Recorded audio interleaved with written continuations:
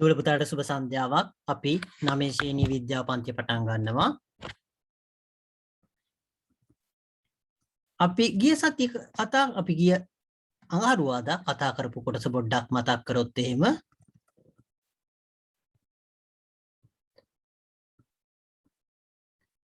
අපි ලීවරයක කොටස් ගැන කතා කරේ. අන්තිමට අපි ආයාසය, මෙතන මේ ආයාසය කියන කොටස, භාරය කියන කොටස, දරය කියන කොටස අපි ගැන කතා කරා. ඊට පස්සේ ආයාස බාහුව කියන එක කතා කරා, භාර බාහුව කියන කොටස කතා කරා. එතකොට මේ කොටස අපි කතා කරේ ලීවරයේ කොටස් කියන කොටස. අපි අද කතා කරන්න බලාපොරොත්තු වෙන්නේ යාන්ත්‍ර වාසිය කියන කොටස. අපි අද කතා කරන්න බලාපොරොත්තු වෙන්නේ යාන්ත්‍ර වාසිය කියන කොටස. අපි ඒක බැලුවොත් එහෙම එතකොට යාන්ත්‍ර වාසිය කියන එක සරල යන්ත්‍ර මගින් බොහෝ විට අඩු ආයාසයක් යන්ත්‍රයේ වෙත යෙදීමෙන් වැඩි භාරයක් සන්තුලනය කරගත හැකි වෙනවා. එතකොට සරල යන්ත්‍ර වලින් මොකද කරන්න පුළුවන්? මේ අඩු ආයාසයක් එතකොට යන්ත්‍රයේ වෙත යෙදීමෙන් වැඩි භාරයක් සන්තුලනය කරගන්න පුළුවන්. මේ ආකාරයට සරල යන්ත්‍රයකින් ලබාගත හැකි වාසිය ගණනය කරන්නේ භාරය හා ආයාසය අතර අනුපාතයෙන් කියලා දක්වලා තියෙනවා. ඒකට යාන්ත්‍ර වාසිය කියලා දක්වලා තියෙනවා.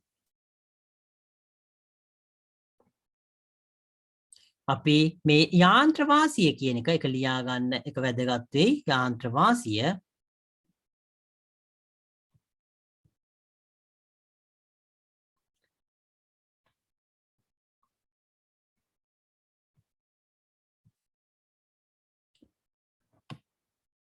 යාන්ත්‍ර වාසිය කියන එක ලිව්වොත් එහෙම යාන්ත්‍ර වාසිය සමානයි භාරය බෙදීම ආයාසය. යාන්ත්‍ර වාසිය සමාන වෙනවා භාරය බෙදීම ආයාසය.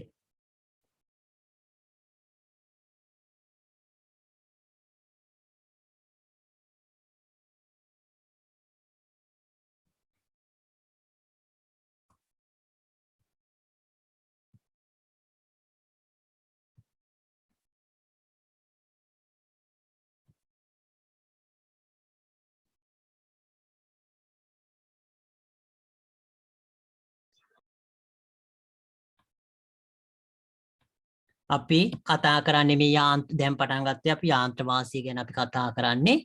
අපි ගිය සතියේ නතර කරපු තැනින් කතා කරන්න පටන් ගත්තේ යාන්ත්‍ර වාසිය කියන එක.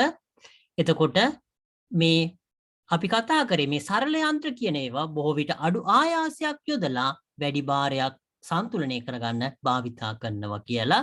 ඒක නිසා මේ යාන්ත්‍ර වාසිය කියන එක ඉතාම වැදගත් වෙනවා. අපි යාන්ත්‍ර වාසිය අර්ථ දක්වන්නේ භාරය බෙදීම ආයාසය කියලා. යාන්ත්‍ර වාසිය කියන එක අපි අර්ථ දක්වන්නේ භාරය බෙදීම ආයාසය කියලා. එක දුවල පුතාලා ලියා ගන්න. මේක අනිවාර්යයෙන්ම දැනගත යුතු කොටසක් මේ කොටසේදී. සරල යන්ත්‍ර කියන එකේ අනිවාර්යයෙන්ම දැනගත යුතු කොටසක් මේක යාන්ත්‍ර වාසිය කියන එක. දුවල පුතාලක ලියා ගන්න භාරය බෙදීම ආයාසය කියලා.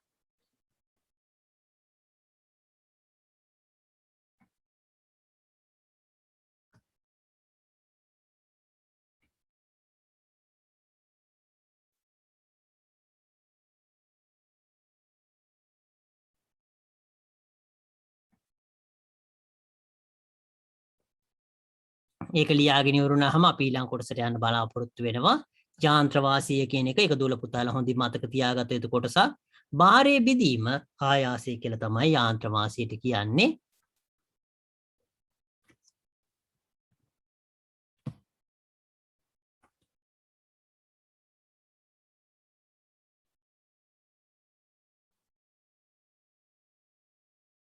අපි ඒක ගානකින් හදන්න බැලුවොත් එහෙම එතකොට අපි ඕනම අවස්ථාවකදී ගානක් හදනකොට ඒක ගණිතය වුණත් එහෙමයි විද්‍යාවේ වුණත් එහෙමයි අපි අර්ථකථනය මුලින්ම ලියන්න ඕනේ. එතකොට මේක මේ දක්වලා තියෙන ආකාරයට එතකොට යාන්ත්‍ර වාසිය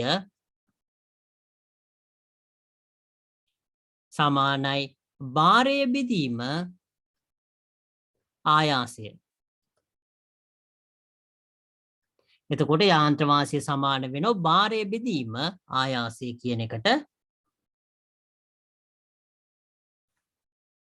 එතකොට ඉහත 15 රූපේ දැක්වෙන අවස්ථාව සඳහා යොදන ආයාසය 12යි නිව්ටන්. එතකොට මේ අවස්ථාවේදී එතකොට අපි දන්නවා එතකොට ආයාසය සමානයි 12යි නිව්ටන්. ඊළඟට ආයාසය සමානයි 12යි නිව්ටන්. ඒ වගේම භාරය සමානයි 36යි නිව්ටන් කියලා.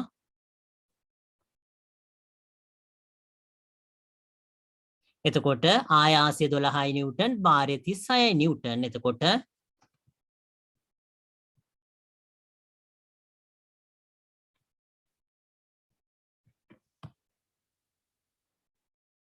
එතකොට යාන්ත්‍ර වාසිය අපි කලින් කතා කරා. එතකොට යාන්ත්‍ර වාසිය භාරය බෙදීම ආයාසය කියලා. මේ අවස්ථාවේදී ගානේ දීලා තියෙන කොටස් අපි බලනවා. ඊළඟට ආයාසය කියන එක 12යි නිව්ටන් කියලා දක්වලා තියෙනවා. භාරය කියන එක 36යි නිව්ටන් කියලා දක්වලා තියෙනවා. එම නිසා මේක දුවල පුතාලා කලින් ලියන්න පුළුවන් නම් හොඳයි. ඇත්තටම මේක මම පල්ලෙහෙන් ලිව්වට මේ ආයාසය කියන එක 12යි නිව්ටන් කියන එක මුලින් ලියන්න පුළුවන් නම් හොඳයි. ඇත්තටම ඊළඟට භාරය කියන එකත් එහෙම ලියලා මේකේ සමීකරණෙහි ලියලා යාන්ත්‍ර වාසිය කියන එක මම මේක පල්ලෙහාට ගේන්නම් මෙහෙම. එතකොට යාන්ත්‍ර වාසිය සමාන වෙනවා භාරය කියලා කියන්නේ කීයද 36යි නිව්ටන්, ආයාසය කියලා කියන්නේ 12යි නිව්ටන්. ඒ කියන්නේ මේක 3ක් වෙනවා. එතකොට ඒකේ අගය 36 බෙදීම 12 කියලා කියන්නේ 3යි. එතකොට යාන්ත්‍ර වාසිය 3ක් වෙනවා. මේ අවස්ථාවේදී උඩත් යටත් නිව්ටන් හින්දා මේ අවස්ථාවේදී එතකොට ඒකක නැහැ කියන එක දුල පුතාලා එක මතක තියාගන්න යාන්ත්‍ර වාසියට. මොකද සමහර ප්‍රශ්නවලදී අපිට අහන්න පුළුවන් යාන්ත්‍ර වාසියේ ඒකක කුමක්ද කියලා. එහෙම ප්‍රශ්න අහන්න පුළුවන්. ඒක නිසා දුල පුතාලා ඒක කොහෙන් හරි එක්ක මේකේ ලියාගත්තත් කමක් නැහැ මෙතන. එතකොට යාන්ත්‍ර වාසියට ඒකක නැත කියලා. ඒ අවස්ථාවේදී එතකොට ලියාගත්තා කමන්නේ. ඒ වගේ ප්‍රශ්න අහන්න පුළුවන් ගොඩක් වෙලාවට යාන්ත්‍ර වාසියේ ඒකක මොනවද කියලා. යාන්ත්‍ර වාසියට ඒකක නැහැ කියලා දුර පුතාලා ලියා ගන්න එක වැදගත්. යාන්ත්‍ර වාසියට ඒකක නැත.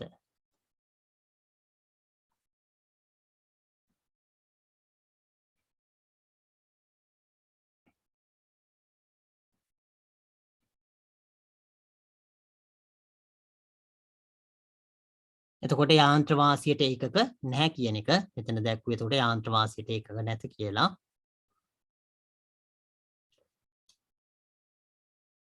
මේක දූල පුතාලා එක සුරු මේ ලියාගෙන මේක නිකන් ලියා ගන්න ෂෝට් නෝට් එකේ ලියා ගන්න අවශ්‍ය නැහැ මේ වගේ දේවල්. මේ කොටස ෂෝට් නෝට් එකේ ලියා ගන්න ඕන.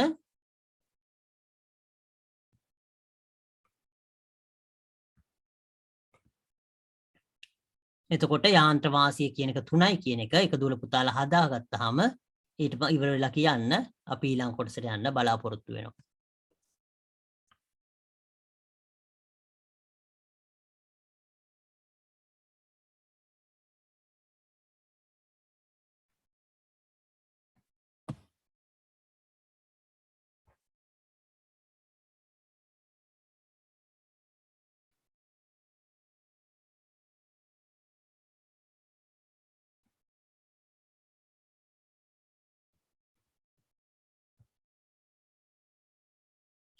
ඕකේ. ලියන දූල පුතාලා ඉන්නවා නම් කියන්න.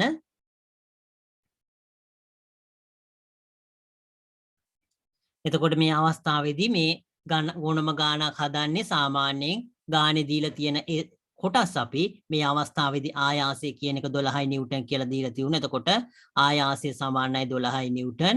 ඊළඟට භාරය සමානයි 36යි නිව්ටන් කියලා දෙක එතකොට අපිට දත්ත විදියට ලැබිලා තියෙන්නේ. එතකොට අපි ඒක භාවිතා ඒකට පිටිපස්සෙන් ඊට පස්සේ අපි පල්ලෙහෙන් ලියනවා ඒ සමීකරණය යාන්ත්‍ර වාසිය සමානයි භාරය බෙදීම ආයාසය කියලා. ඊට පස්සේ අපි ඒකට ආදේශ කළා උත්තරේ ගන්නවා. ඒක තමයි ඕනම ගානක් හදන සාමාන්‍ය ක්‍රමය. දූල පුතාලා සුළු කිරීම වැරදුනොත් එහෙම ගානේ උපරිම ලකුණු ප්‍රමාණයක් ඒ වගේ ගාන හැදුවාම ගන්න පුළුවන්. එකපාරට උත්තරේ ගහෙන් අර එකපාරට උත්තරේ අපි ලිව්වොත් එහෙම එතකොට ඒකේ සම්පූර්ණයෙන්ම ගාන වැරදුනොත් සම්පූර්ණ ලකුණු ප්‍රමාණය නැති වෙලා යනවා. ඒක නිසා දූල පුතාලා මේ ක්‍රමය පුරුදු වෙන්න. එතකොට ඒ දීලා තියෙන විස්තර ටික මුලින්ම ඒකේ ගන්න පුළුවන් කොටස අරගෙන ඊට පස්සේ සමීකරණය ලියලා ඒකට ආදේශ කරන එක. ඒක ඊටාම වැදගත් වෙනවා දූල පුතාලා. සාමාන්‍ය පෙළ වුණත් උසස් පෙළ වුණත් ඒක වැදගත් කොටසක්. අපි ඊළඟ කොටස ගැන කතා කරන්න බලාපොරොත්තු වෙනවා. බාර බාහුවට වඩා ආයාස බාහුව දිගින් වැඩි වන පහත අවස්ථාව සලකා බලමු කියලා දක්වනවා. එතකොට බාර බාහුවට වැඩිය ආයාස බාහුව දිගින් වැඩි වන පහත අවස්ථා සලකලා බලමු කියලා දක්වලා තියෙන්නේ. එතකොට මේ අවස්ථාවේදී මේකෙදි තියෙන්නේ බාර බාහුවට වැඩිය ආයාස බාහුව දිගින් වැඩි. එතකොට ආයාස බාහුව දිගින් වැඩි බාර බාහුව දිගින් අඩුයි කියන එක. එතකොට අපි ඒක බැලුවොත් එහෙම ටිම් බඳුනක පියනක් ගැලවීමේදී අතේ ඇඟිලි වලින් උඩු අතට බල යෙදීම අපහසුයි. ඊට වඩා එම කාර්ය පහසු වන ක්‍රමයක් 15 රූපයෙන් දැක්වෙන. එතකොට මේ දූල පුතාලා මේක මම හිතන්නේ ප්‍රායෝගිකව අත්විඳපු දෙයක් වෙන්න ඕන. එතකොට අපි ටින් එකක මේ පියන ගලවනකොට ටින් එකේ පියන ගලවනකොට ඇඟිලි නියපොතු වලින් එහෙම ඇඟිලි තුඩු වලින් අපි මේක ගලවන්නේ. එතකොට අපිට ඒක අපහසුතාවය අතට රිදෙනවා. ඒක නිසා අපි මේ රූපේ දක්වලා තියෙන ආකාරයට මේ හැන්දක අනිත් පැත්තෙන් භාවිතා කරලා අපිට ගලවන්න පුළුවන් කියන එක තමයි මෙතන දක්වලා තියෙන්නේ.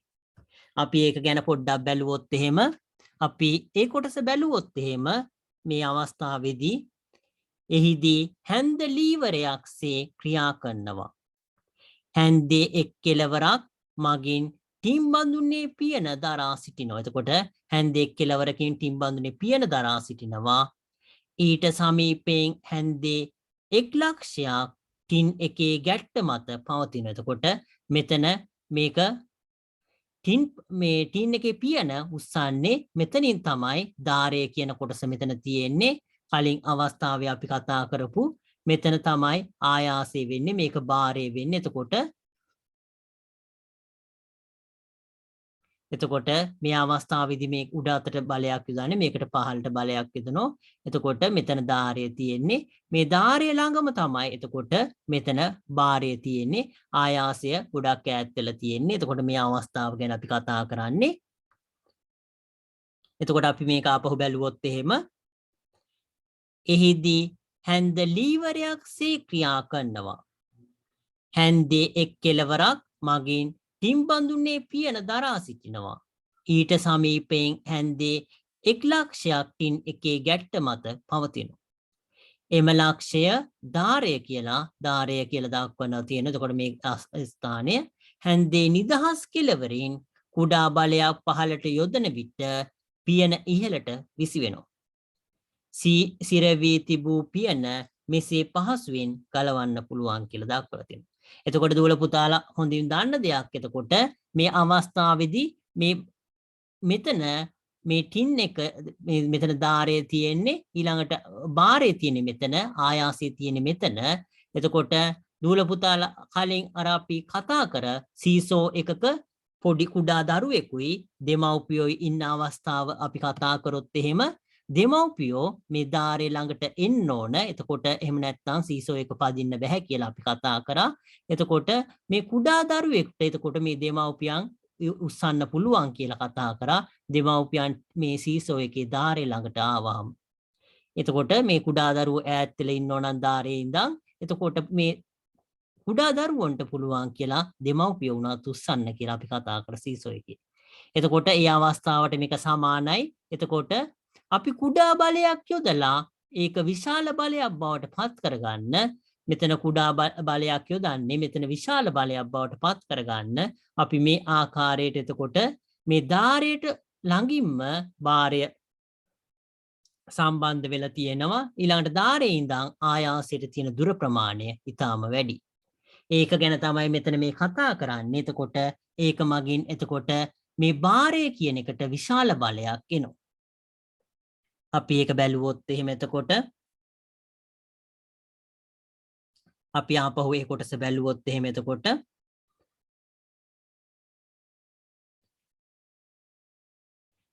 එහිදී හැන්දලීවරයක්සේ ක්‍රියා කරන මේ හැන්දලීවරයක් විදියට ක්‍රියා කරන්න එතකොට හැන්දේ එක් කෙලවරක් මගින් ටිම්බඳුනේ පියන දරා සිටින මේ භාරය කියන කොටස මෙතන ඊට සමීපයෙන් හැන්දේ 1 ලක්ෂයක් ටින් එකේ ගැට්ට මත පවතිනවා. මෙතන ධාරය කියන කොටස එක ටින් එකේ ගැට්ට මත පවතිනවා. එම ලක්ෂය ධාරය කියලා කියන්නේ එතකොට හැන්දේ නිදහස් කෙළවරින් කුඩා බලයක් පහළට යොදන විට පියන ඉහළට විසි වෙන. එතකොට මේ නිදහස් කෙළවරින් කුඩා බලයක් පල්ලෙහාට යොදනකොට මේ භාරය මත විශාල බලයක් එතනට ක්‍රියා කරනවා. මං කලින් කිව්වා වගේ අවස්ථාව දුවල පුතාලා හොඳින් ඒ වගේ දෙයක් මතක තියාගන්න ප්‍රායෝගික අවස්ථාවක් නින්දා සීසෝ එකක ඒ වැඩිහිටියෙක් එහෙම ඒ සීසෝ එකේ ධාරයට කිට්ටු වෙන අවස්ථාවේදී කුඩා ළමයෙකුට උනත් මේ සීසෝ එකේ කෙළවරේ වාඩි වුණාම ඒ දෙමව්පියන්ව උස්සන්න පුළුවන්. ඒක මතක තියාගන්න. ඒකට ඒ වගේ ප්‍රායෝගික අවස්ථාවක් තමයි මෙතන දක්වලා තියෙන්නේ. එතකොට මේ අවස්ථාවේදී එතකොට පියන පහසුවෙන් ගලවන්න පුළුවන් කියලා දක්වලා තියෙනවා. මොකද මෙතන එන මේ බලය කියන එක විශාල බලයක් මෙතන එන්නේ. එතකොට ඒක තමයි මෙතන මේ දක්වලා තියෙන්නේ. එතකොට කුඩා බලයකින් විශාල බලයක් ඇති කරන්න පුළුවන් මේ අවස්ථාවේදී. ඊළඟ කොටස බැලුවොත් එහෙම අපි ඉහත දක්වා ඇති ලීවරවල ධාරය ක්‍රියා කළ ස්ථානය සලකන්න. ධාරය ක්‍රියා කළේ ආයාසයත් භාරයත් අතර. එතකොට මේ අවස්ථාවේදී එතකොට මේ ධාරය කියන එක තියෙන්නේ ආයාසයයි භාරයයි අතර කියන එක මෙතන දක්වලා තියෙන්නේ. ධාරය ක්‍රියා කරන ස්ථානයේ අනුව ලීවර වර්ග 3කට බෙදිය හැකි කියලා දක්වලා තියෙනවා. මේක දුවල පුතාලා ලියා ගන්න එක හොඳ වෙයි. එතකොට ධාරය ක්‍රියා කරන ස්ථානයේ අනුව ලීවර වර්ග 3කට බෙදිය හැකි කියලා ලියලා දුවල පුතාලා ලියා ගන්න. පළමු වර්ගයේ ලීවර, දෙවන වර්ගයේ ලීවර, තෙවන වර්ගයේ ලීවර කියලා ලියා ගන්න.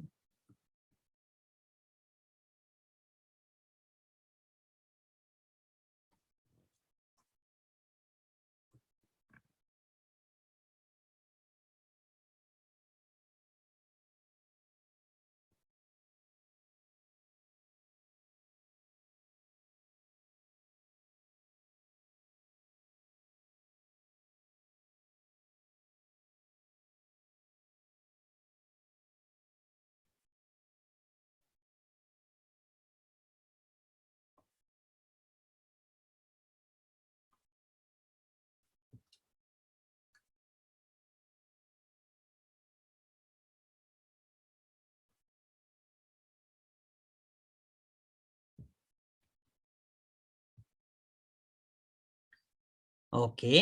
ලියාගෙන ඉවර නම් අපි ඊළඟ කොටසට යන්න බලාපොරොත්තු වෙනවා. එතකොට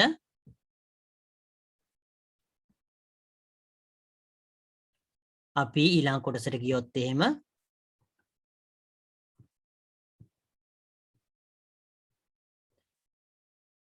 පළමුවන වර්ගයේ ලීවර කියන එක ගැන අපි මුලින්ම කතා කරන්න හදන්නේ. පළමුවන වර්ගයේ ලීවර කියන්නේ එතකොට ලීවර වර්ග 3ක් ගැන අපි කතා කරා. පළමු වර්ගයේ ලීවර, දෙවන වර්ගයේ ලීවර, තෙවන වර්ගයේ ලීවර කියලා. එතකොට ලීවර වර්ග 3ක් ගැන කතා කරා. අපි මෙතනදි කතා කරන්න හදන්නේ පළමු වන වර්ගයේ ලීවර ගැන. එතකොට අපි ඒක බැලුවොත් එහෙම අපි පළවෙනි වර්ගයේ ලීවර ගැන බැලුවොත් එහෙම ආයාසයත් භාරයත් අතර ධාරය ක්‍රියා කරන ලීවර පළමුවන වර්ගයේ ලීවර වේ. එතකොට ඒක ලියා ගන්න දුවල පුතාලා එතකොට පළමුවන වර්ගයේ ලීවර කියලා ලියාගෙන මේක ආයාසයත් භාරයත් අතර ධාරය ක්‍රියා කරන ලීවර.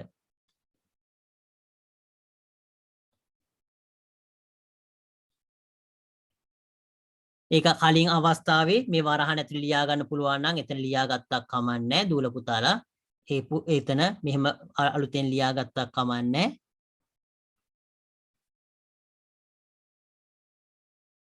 පළමුවන වර්ගයේ ලීවර කියලා ලියලා ආයාසයත් භාරයත් අතර ධාරය ක්‍රියා කරන ලීවර.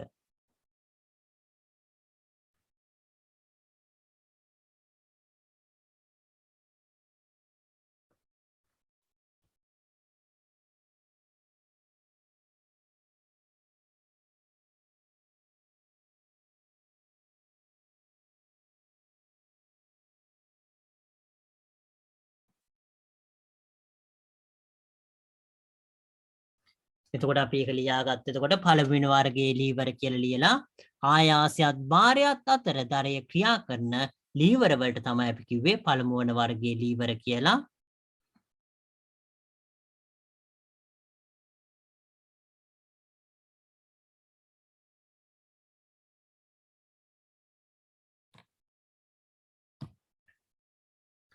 එතකොට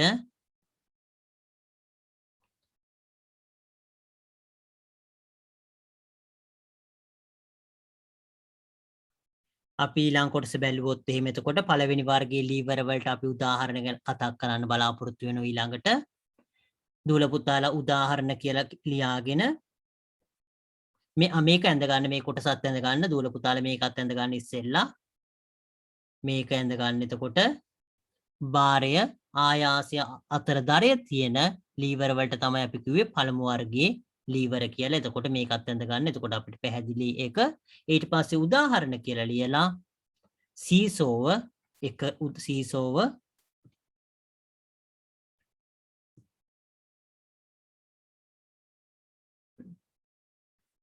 දෙක කතුර කියන එක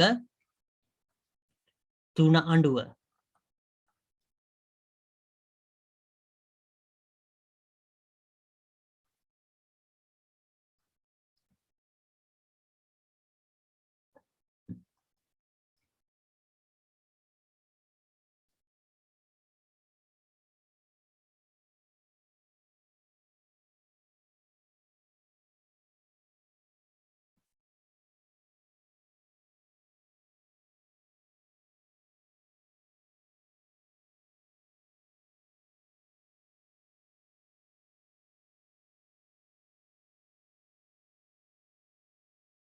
එතකොට පළවෙනි වර්ගයේ ලීවර ගැන අපි කතා කරේ. එතකොට ඒකට අපි සීසෝව කතුර අඬුව කියන උදාහරණ අපි කතා කරේ. එතකොට මේ අවස්ථාවේ ඒක දූල පුතාලා උදාහරණ තුන මතක තියාගන්න. සීසෝව කියන එක, කතුර කියන එක, අඬුව කියන එක මේ කොටස් තුන පළවෙනි වර්ගයේ ලීවර වලට උදාහරණ වෙනවා. ලියාගෙන ඉවර නම් අපි ඊළඟ කොටසට යන්න බලාපොරොත්තු වෙනවා. දූල පුතාලා ලියාගෙන ඉවර නම් chat එකේ දාන්න පුළුවන්ද?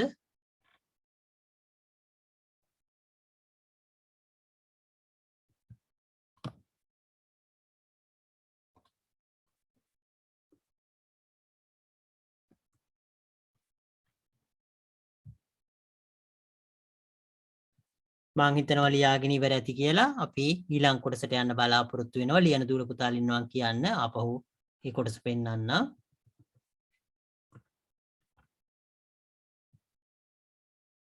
අපි ඊළඟට කතා කරන්න බලාපොරොත්තු වෙන්නේ දෙවන වර්ගයේ ලීවර ගැන.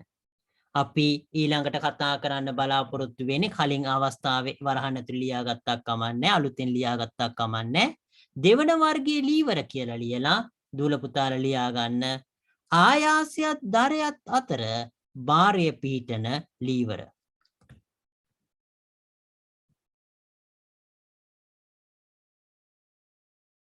මේ රූපෙත් ඇඳ ගන්න. එතකොට දූල පුතාලා මේ රූපෙත් ඇඳ ගන්න. මේ අවස්ථාවේ මෙතන තියෙන රූපයත්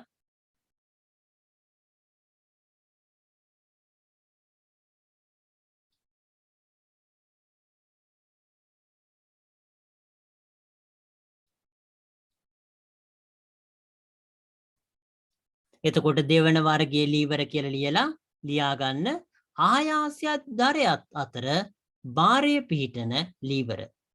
දෙවන වර්ගයේ ලීවර වෙන්නේ ආයාසයත් දරයත් අතර භාරය පිහිටන ලීවර. ඊට පස්සේ මේක ඇඳ ගන්න. එතකොට දරය කියන එක, භාරය කියන එක, ආයාසය කියන එක. එතකොට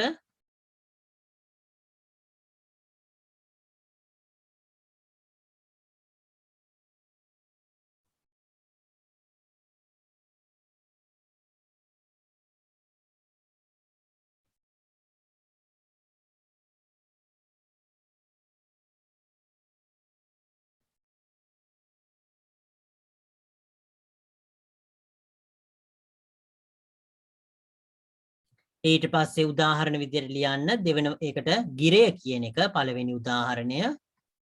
ගිරය කියන එක දෙවෙනි එක විල්බැරෝව කියන එක ලියා ගන්න. විල්බැරෝව දෙවෙනි එක.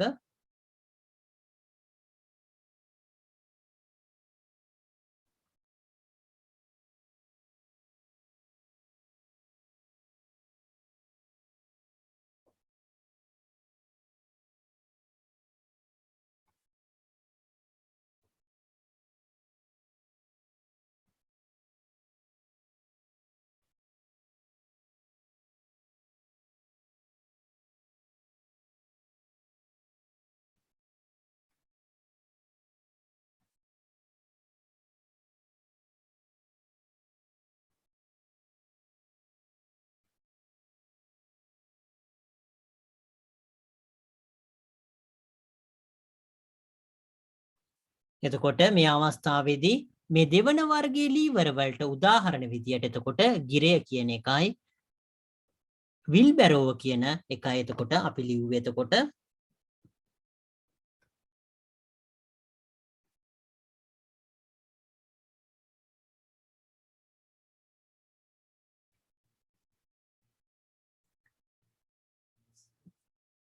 අපි ඒක බැලුවොත් එහෙම එතකොට ගිරයේ තල දෙක එකට සම්බන්ධ කර තිබෙන ඇණය වටා තල දෙක භ්‍රමණය වෙනවා. ගිරේ තල දෙක මෙතන මේ ඇණය ගැන කතා කරන්නේ මේ තලයයි මේ තලයයි. එතකොට සම්බන්ධ කරලා තියෙන ඇණය වටා තල දෙක භ්‍රමණය වෙනවා. එම නිසා මෙම ඇණය පිහිටි ස්ථානය දරය වෙනවා. එතකොට මේක දරය කියලා කියන්නේ ඒක දුවල පුතාලා මතක තියාගන්න ඇඳ ගන්න අවශ්‍ය නැහැ. ඒක මතක තියාගන්න. එතකොට දරය කියන එක මෙතන තියෙන්නේ. භාරය ඇත්තේ ඊළඟට කියලා දක්වන. එතකොට මේක තමයි භාරය කියලා කියන්නේ මේ මැද තියෙන භාරය ගිරේ බාහුව දෙකේ කෙළවරට ආසන්නේ ආයාසය. එතකොට මේ කොටස තමයි ආයාසය කියන්නේ. මෙතන ආයාසය මෙතන භාරය මෙතන දරය කියලා තියෙන. එතකොට දෙවෙනි වර්ගයේ ලීවරයක් තමයි මේක. මේ අවස්ථාවෙත් එහෙමයි මෙතන දරය තියෙන්නේ මෙතන දරය තියෙන්නේ එතකොට මෙතන භාරය තියෙන්නේ මෙතන ආයාසය තියෙන්නේ එතකොට මේකත් එතකොට දෙවන වර්ගයේ ලීවරයක් වෙන. එතකොට දරය භාරය ආයාසය කියලා එතකොට මේක දෙවන වර්ගයේ ලීවරයක්.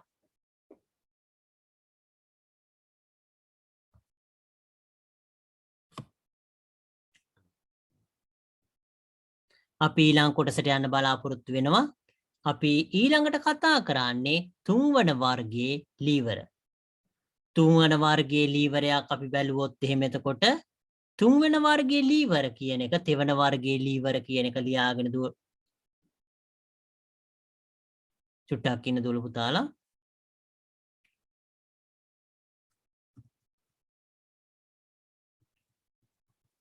තෙවන වර්ගයේ ලීවර කියලා ලියා ගන්න. එතකොට තෙවන වර්ගයේ ලීවර කියලා ලියලා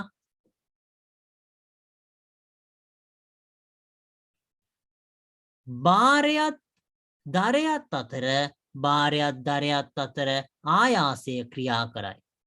භාරයත් දරයත් අතර මෙතන භාරය තියෙනවා දරය තියෙනවා ඒක අතර ආයාසය කියන එක ක්‍රියා කරනවා. එතකොට මේ අවස්ථාවේදී එතකොට භාරයයි දරයයි අතර ආයාසය ක්‍රියා කරන්නේ වට තමයි අපි කියන්නේ එතකොට තුන්වන වර්ගයේ තෙවන වර්ගයේ ලීවර කියලා. තෙවන වර්ගයේම නැත්තම් තුන්වන ලීවර ගණය කියලා කතා කියන්නේ. එතකොට ඒක කලින් අවස්ථාවේදී මේක මේ දෙපැත්ත මාරු වෙලා තියුනේ. එතකොට මේ අවස්ථාවේදී එතකොට භාරය කියන එක කෙලවරට ඇවිල්ලා ආයාසය මැදට ඇවිත් තියෙනවා. කලින් අවස්ථාවේදී ආයාසය කෙලවරට ඇවිල්ලා භාරය මැද තියුනේ. එතකොට මේ දෙකේ වෙනසත් දෙක මාරු වීමක් තමයි තුන්වන වර්ගයේ නැත්නම් තෙවන වර්ගයේ ලීවර වල සිද්ධ වෙලා තියෙන්නේ. උදාහරණ කියලා ලියා ගන්න දුවල පුතාලා උදාහරණ කොස්ස ඉදල බිලිපිත්ත. එතකොට මේ අවස්ථාවේ එතකොට මේකට උදාහරණ විදියට අපිට දක්වන්න පුළුවන් වෙන්නේ කොස්ස කියන එක ඉදල කියන එක බිලිපිත්ත. කොස්ස ඉදල බිලිපිත්ත.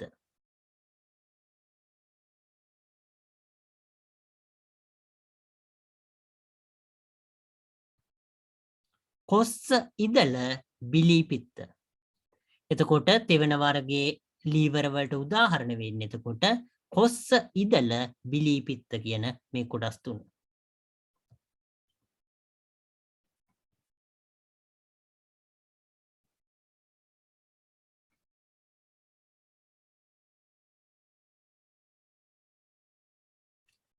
අපි මේක බැලුවොත් එහෙම එතකොට අපි මේකත් ඇඳ ගන්න දුවල පුතාලා මේ කොටසත් ඇඳ ගන්න.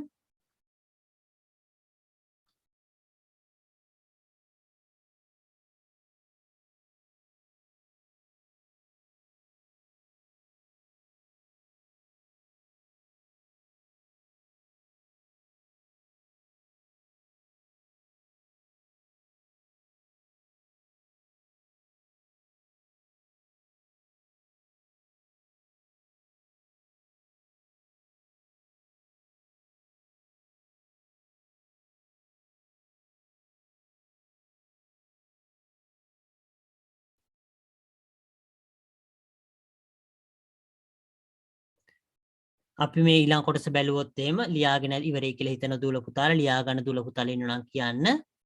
අපි මේ කොටස බැලුවොත් එහෙම මෙම ලීවර වර්ගයේ ආයාස බාහුවේ දිගට වඩා නිතරම බාර බාහුවේ දිග වැඩි කියලා දක්වලා තියෙනවා. එතකොට මේක ආයාස බාහුවේ එතකොට ආයාස බාහුවේ දිගට දිග වැඩි ඒ කියන්නේ වැඩිය බාර බාහුවේ දිග වැඩි කියලා දක්වලා තියෙනවා. බාරේ තියෙන මෙතන එතකොට ආයාසය මෙතන තියෙන්නේ. එතකොට දුවල පුතාලා දන්නවා හොඳින් දන්න දෙයක් එතකොට මේ ආයාසය කියන එක. එතකොට ආයාසය අපි වැඩි ආයාසයක් මෙතන දරන්න වෙනවා මේ බාරය ඉහළට ඔසවන්න. ඒක තමයි මෙතන වෙන්නේ. එතකොට අපි ඒක බැලුවොත් එහෙම මේක ලියලා තියෙන කොටස එතකොට මෙම ලීවර වර්ගයේ ආයාස බාහුවේ දිගට වඩා නිතරම බාර බාහුවේ දිග වැඩි. එවිට සිදුවන්නේ යම් බාරයක් සන්තුලනය කිරීමට බාරයට වඩා වැඩි ආයාසයක් අවශ්‍ය වීම. එනම් මෙම ලීවර වර්ගයේ යාන්ත්‍ර වාසිය නිතරම එකට වඩා අඩුයි. නමුත් මේවා ප්‍රයෝජනවත් වන්නේ ආයාසය අඩු දුරක් ගමන් කිරීමේදී බාරය වැඩි දුරක් ගමන් කිරීම නිසා කියලා දක්වලා තියෙනවා. එතකොට මේ කොටස අපි ඒක ලියාගත්තොත් එහෙම ඒ කොටස මම හිතන්නේ ලියා ගන්න එක හොඳ වෙයි. එතකොට මේ කොටසත් ඒකටම ලියා ගන්න එකෙම මෙම වර්ගයේ මෙම ලීවර වර්ගයේ ආයාස බාහුවේ දිගට වඩා නිතරම බාර බාහුවේ දිග වැඩිය. මෙම ලීවර වර්ගයේ ආයාස බාහුවේ දිගට වඩා නිතරම බාර බාහුවේ දිග වැඩිය. වරහන් ඇතුලේ ලියා ගන්න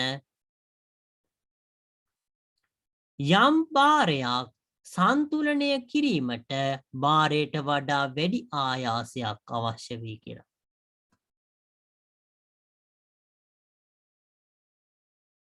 එතකොට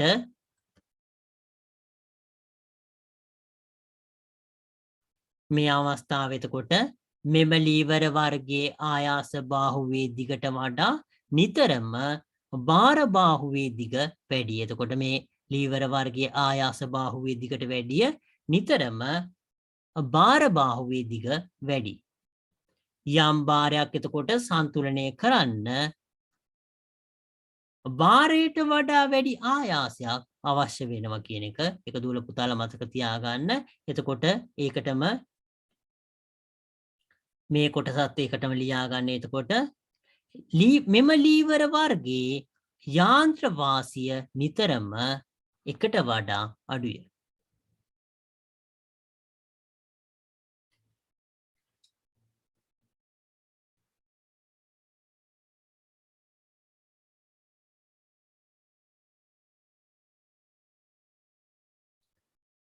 එතකොට මෙම ලීවර වර්ගයේ එතකොට මෙම ලීවර වර්ගයේ යාන්ත්‍ර වාසිය නිතරම එකට වැඩිය අඩුයි කියන එක. එතකොට මෙම ලීවර වර්ගයේ යාන්ත්‍ර වාසිය නිතරම එකට වඩා අඩුයි.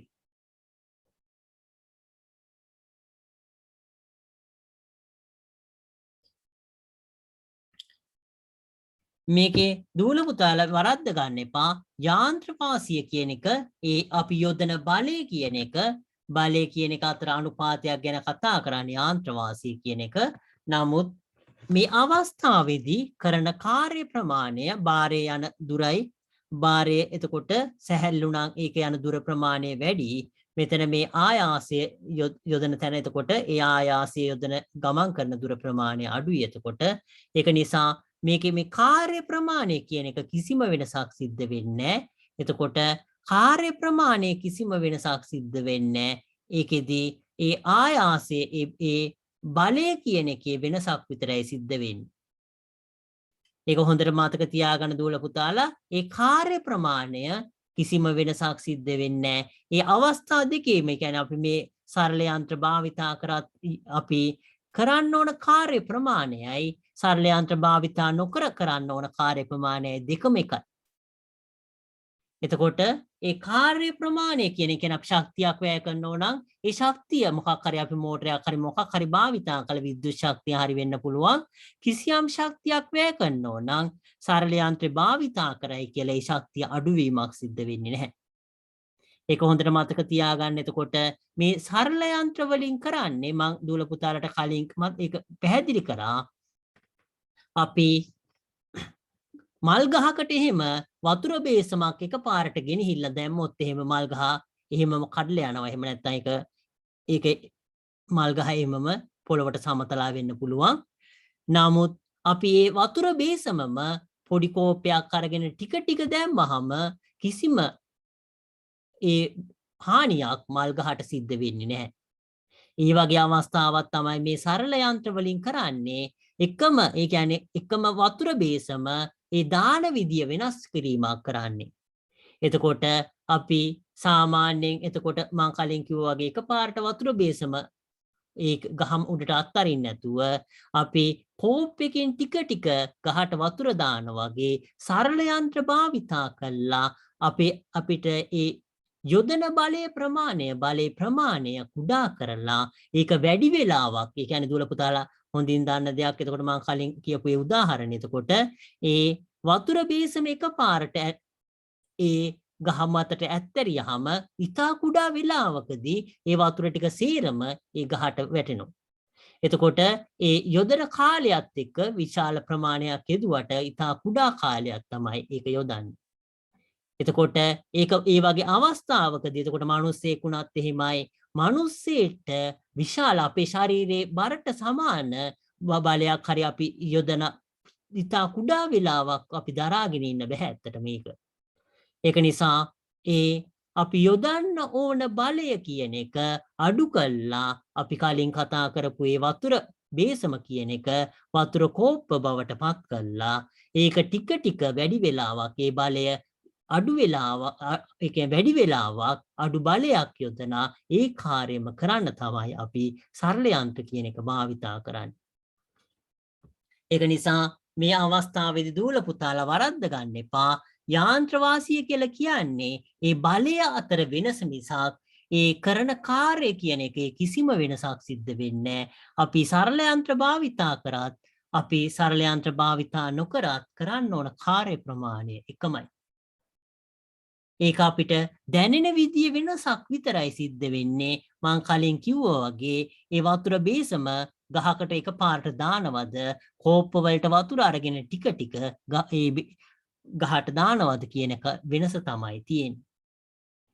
ඒක නිසා මේ අවස්ථාවේදී දූල පුතාලා මේ සරල යන්ත්‍ර කියන එක භාවිතා කරාම අපේ ඒ වැඩ කරගන්න පහසුවේ කියලා කියන්නේ මේ බලය යොදන්න ඕන බලය කියන එකේ අඩුවීමක් කියන එක විතරයි තියෙන්නේ. නමුත් ඒ පහසුවේ කියලා කියන්නේ කාර්ය ප්‍රමාණය අඩුවීමක් කියලා හිතන්න එපා. ඒක වැරදි ඇත්තටම. කාර්ය ප්‍රමාණය වෙනසක් වෙන්නේ නැහැ ඇත්තටම සරල යන්ත්‍ර භාවිතා කරයි කියලා.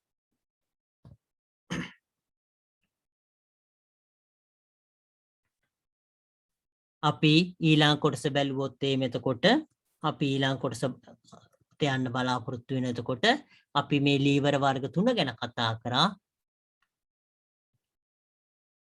ඊළඟ කොටස අපි බැලුවොත් එහෙම ඊළඟට කතා කරන්න හදන්නේ ලීවරයක ප්‍රවේග අනුපාතය කියන කොටස. ලීවරයක ප්‍රවේග අනුපාතය කියන කොටස තමයි ඊළඟට කතා කරන්න හදන්නේ. චුට්ටක් ඉන්න දූල පුතාලා අපි ඒක බැලුවොත් එහෙම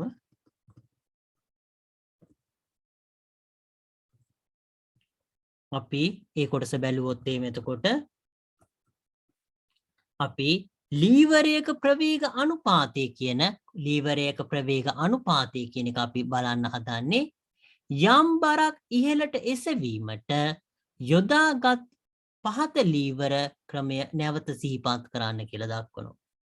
එතකොට මේ යම් බරක් ඉහළට ඔසවන්න යොදාගත්තු මේ ලීවර ක්‍රමය නැවත සිහිපත් කරමු කියලා දක්වලා තියෙනවා.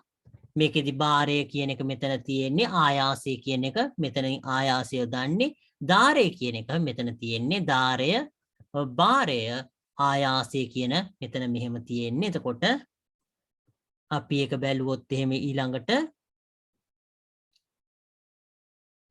යම් බරක් එතකොට යම් බරක් ඉහළට ඔසවන්න යොදාගත් පහත ලීවර ක්‍රමය නැවත සිහිපත් කරමු කියලා දක්වලා තියෙනවා. එතකොට ලීවරේ එතකොට ලීවර එක ප්‍රවේග අනුපාතය කියන එක අපි කතා කරන්න හදන්නේ. ඒක ලූරලි පුතල ලියා ගන්න අවශ්‍ය නැහැ තාම. එතකොට මේ ආකාරයට යම් බරක් ඉහළට ඔසවන ආකාරය ගැන මෙතන මේ කතා කරන්නේ.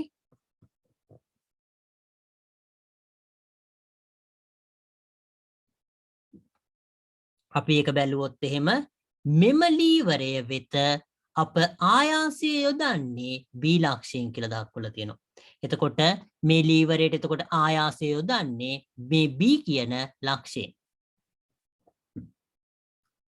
එතකොට B සිට x දක්වා ආයාසය යෙදුවේ යයි සිතන්න කියලා දක්වලා තියෙනවා. එතකොට මෙතන ඉඳන් මේ පල්ලෙහා කොටස වෙනකම් මේ x කියන කොටස වෙනකම් ආයාසය යෙදුවා කියලා දක්වනවා.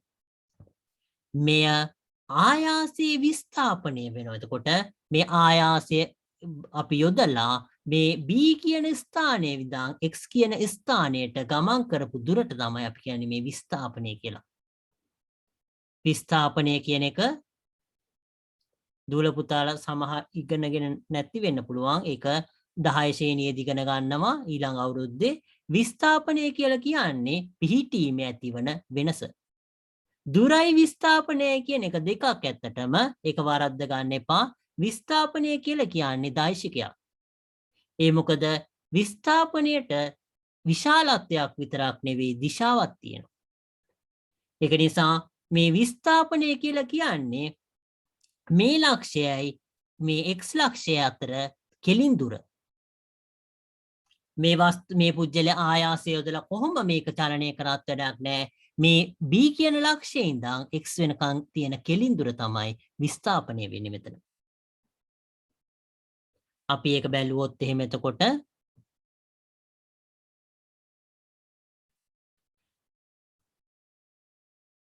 මෙම ලීවරයේ වෙත අප ආයාසය යොදන්නේ B ලක්ෂයෙන් කියලා දක්වන. එතකොට මේ ලීවරය වෙනකන් වෙත එතකොට අපි ආයාසය යොදන්නේ B කියන ලක්ෂයෙන් කියලා දක්වනවා.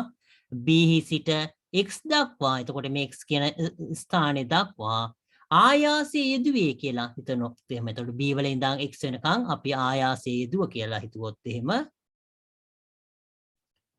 මෙම ආයාසය විස්ථාපනය කියලා දක්වලා තියෙනවා. විස්ථාපනය මෙය ආයාසයේ විස්ථාපනය වේ කියලා දක්වලා තියෙනවා. එතකොට මේ අවස්ථාවේදී මෙතන B වල ඉඳන් x වෙනකන් ඇවිත් තියෙනවා. මේ ආපු දුරට අපි කියන්නේ එතකොට ආයාසයේ විස්ථාපනය කියලා. ආයාසය නිසා ආයාසය යොදලා අපි ගමන් කරපු දුර ගමන් කරපු දුර කියන එක වැරදි ඇත්තටම. එතකොට මෙතන මේ පිහිටීමේ උණු වෙනස කියන එක. එතකොට දුරයි විස්ථාපනයයි කියන්නේ අසමානයි. ඒක දූල පුතාලා මතක තියාගන්න. අසමාන දෙයක් දුරයි විස්ථාපනයයි කියන්නේ. ඒක මේ දුර කියන එක සරල රේඛාව මේම තියෙන දුර ප්‍රමාණයයි විස්ථාපනය සමාන වෙනවා. නමුත් මේ දුර කියන එකට විශාලත්වයක් විතරයි තියෙන්නේ. විස්ථාපනයට විශාලත්වයක් තියෙනවා. ඒ වගේම දිශාවක් තියෙනවා. එතකොට දිශාව කියන එක ඒක අනිවාර්යෙන් මතක තියාගන්න. දිශාව ප්‍රතිවිරුද්ධ හැනු හැටිය විස්ථාපනයේ අගය වෙනස් වෙනවා. කියන්නේ ඍණ ධන කියන වෙනවා. දුර කියන එකට එහෙම එකක් නැහැ. දුර කියන්නේ විශාලත්වයක් විතරයි තියෙන්නේ. මේක අදිශයක්, මේක දෛශික කියලා අපි කියනවා මේ වගේ දේවල්ට. එතකොට මේ ටික අපි බැලුවොත් එහෙම ඊළඟ ආපහු මේ ටික මෙතන මේ B වල ඉඳන් x වලට ගියපු එකට අපි කියනවා ආයාසයේ විස්ථාපනය කියලා. ඊළඟට මේ A වල ඉඳන් y වලට ගියපු එකට අපි කියනවා භාරයේ විස්ථාපනය කියලා. එතකොට ආයාසය යොදන ස්ථානයේ තියෙන මෙතන ආයාසය යොදන ස්ථානයේ මෙතනට වෙනකන් ගමන් කරනවා. එතකොට ඒකට අපි කියන්නේ එතකොට ආයාසයේ විස්ථාපනය කියලා. මේ භාරය කියන එක මෙතන තිබිච්ච එක මෙතනට යනවා. භාරයේ ගියපු භාරයේ පිහිටීමේ සිදුණු වෙනසට අපි කියනවා භාරයේ විස්ථාපනය කියලා. එතකොට යම් කාලයකදී ආයාසයේ සිදුවන විස්ථාපනය එම කාලය තුළ භාරයේ සිදුවන විස්ථාපනය මෙන් කී ගුණයක්ද යන්න එම යන්ත්‍රයේ ප්‍රවේග අනුපාතය වෙනවා කියලා දක්වලා තියෙනවා. එතකොට මේ අනුපාතය කියන එක දුවලා පුතාලා මතක තියාගන්න බොහෝ වෙලා මේ අනුපාතය කියනකොට ඒකකයක් නැහැ ඇත්තටම. අනුපාතය කියලා කියන්නේ එතකොට කීයට කීයද කියන එක. එතකොට ඒක නිසා ඒකකයක් අනුපාතයට නැහැ. එතකොට අපි මේ අවස්ථාවේදී මේ ආයාස විස්ථාපනයයි භාර විස්ථාපනයයි කියන එක ලියා ගන්න බලාපොරොත්තු වෙනවා.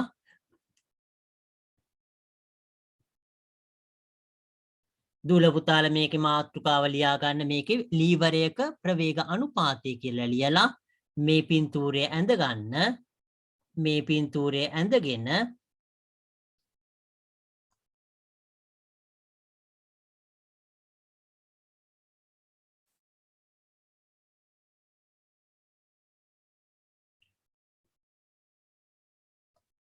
එතකොට මේ පින්තූරය ඇඳගෙන එතකොට භාරය එතකොට මෙතන තිවිච්ච මේ භාරය මෙතනට වෙනකන් ගියා. එතකොට දූල පුතාලා ඒක ලියා ගන්න. මේක ඉස්සෙල්ලා ඇඳ ගන්න. ඊට පස්සේ ආයාසය මෙතන තිවිච්ච එක මෙතනට වෙනකන් පිහිටීම වෙනස් වෙනවා. එතකොට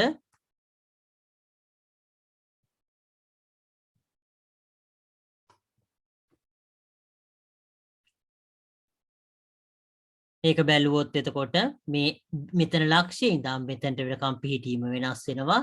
මේක භාරය කියන එක මෙතන ඉඳන් මෙතනට වෙනකම් පිහිටීම වෙනස් වෙනවා.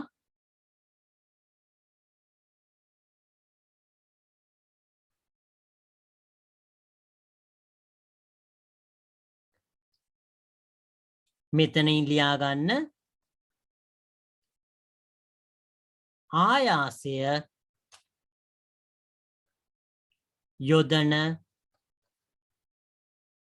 ලක්ෂයේ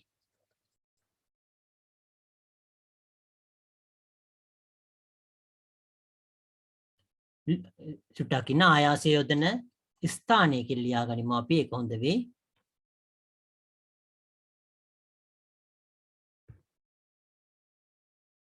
ආයාසය යොදන ස්ථානයේ පිහිටීමේ සිදුවන වෙනස.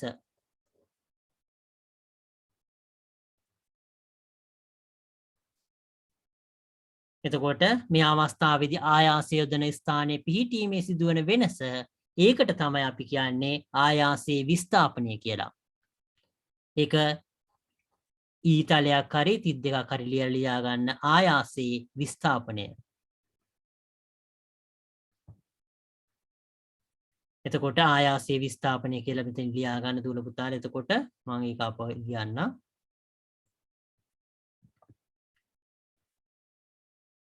ආයාසයේ විස්ථාපනය. ආයාසයේ විස්ථාපනය කියලා කියන්නේ එතකොට ආයාසය යොදන ස්ථානයේ පිහිටීම සිදුවන වෙනස. ඊළඟට භාරය පිහිටි ස්ථානයේ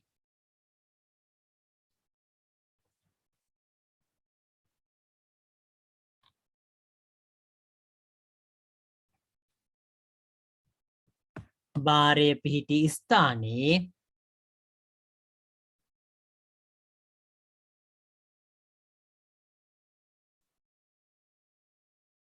පිහිටීමේ සිදුවන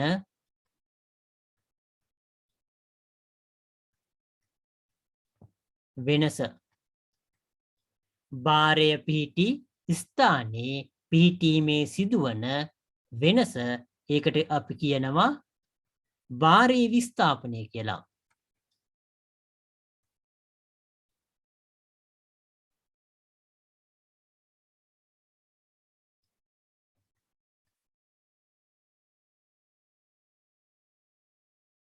එතකොට භාරය පිහිටි ස්ථානයේ පිහිටීමේ සිදුවන වෙනසට භාරය පිහිටි ස්ථානයේ පිහිටීමේ සිදුවන වෙනසට කියනවා භාරයේ විස්ථාපනය කියලා. භාරයේ පිහිටි ස්ථානයේ පිහිටීමේ සිදුවන වෙනසට අපි කියනවා භාරයේ විස්ථාපනය කියලා.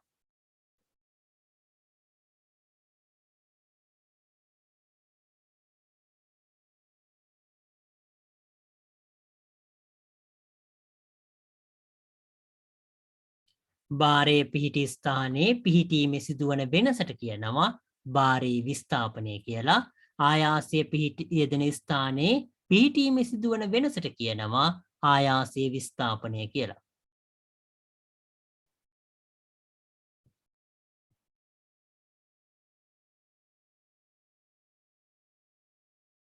ඊට පස්සේ මේ කොටස ලියාගෙන අපි එතනින් අදට පාඩමේ අවසන් කරන්න බලාපොරොත්තු වෙනවා. අපි මේ කොටස ලියා ගන්න ඊට පස්සේ දූල පුතාලා ප්‍රවේග අනුපාතය කියන එක සමාන වෙනවා ආයාසයේ විස්ථාපනය බෙදීම භාරයේ විස්ථාපනය. එතකොට මේ ප්‍රවේගය කියලා කියන්නේ කාලයත් සමග විස්ථාපනයේ සිදුවන වෙනසට තමයි ප්‍රවේගය කියලා කියන්නේ. මේ ප්‍රවේගය කියලා කියන්නේ විස්ථාපනයේ බෙදීම කාලය කියන එක.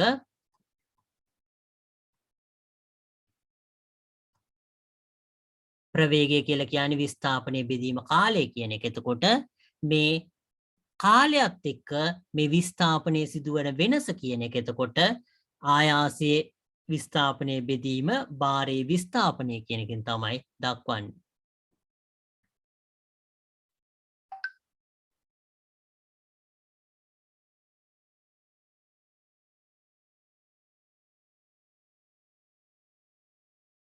එතකොට විස්ථාපනය කියන එක විස්ථාපනයේ බෙදීම කාලය කියන එක ප්‍රවේග අනුපාතය.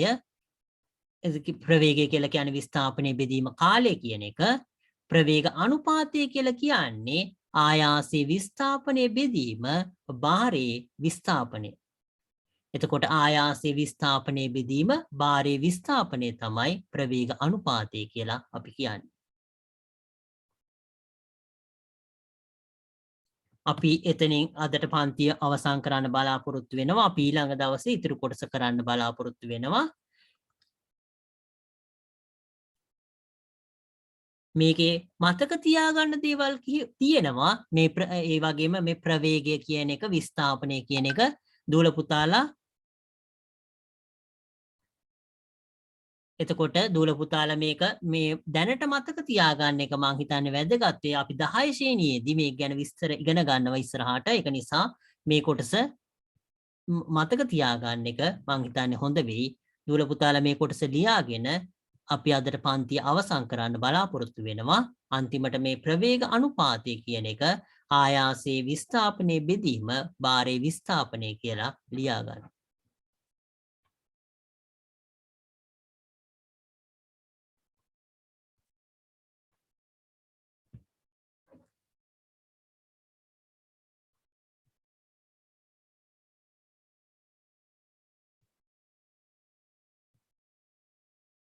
ඒක ලියාගෙන අපි අදට පන්තිය අවසන් කරන්න බලාපොරොත්තු වෙනවා.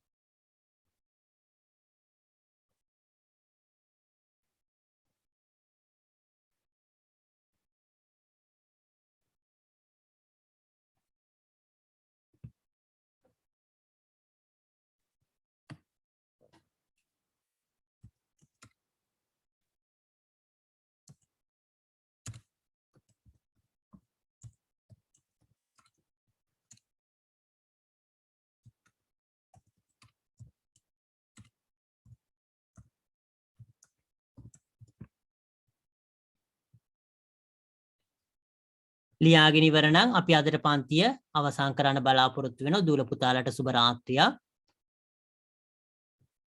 සුබ රාත්‍රියක් සර්. ඕකේ සුබ රාත්‍රියක්.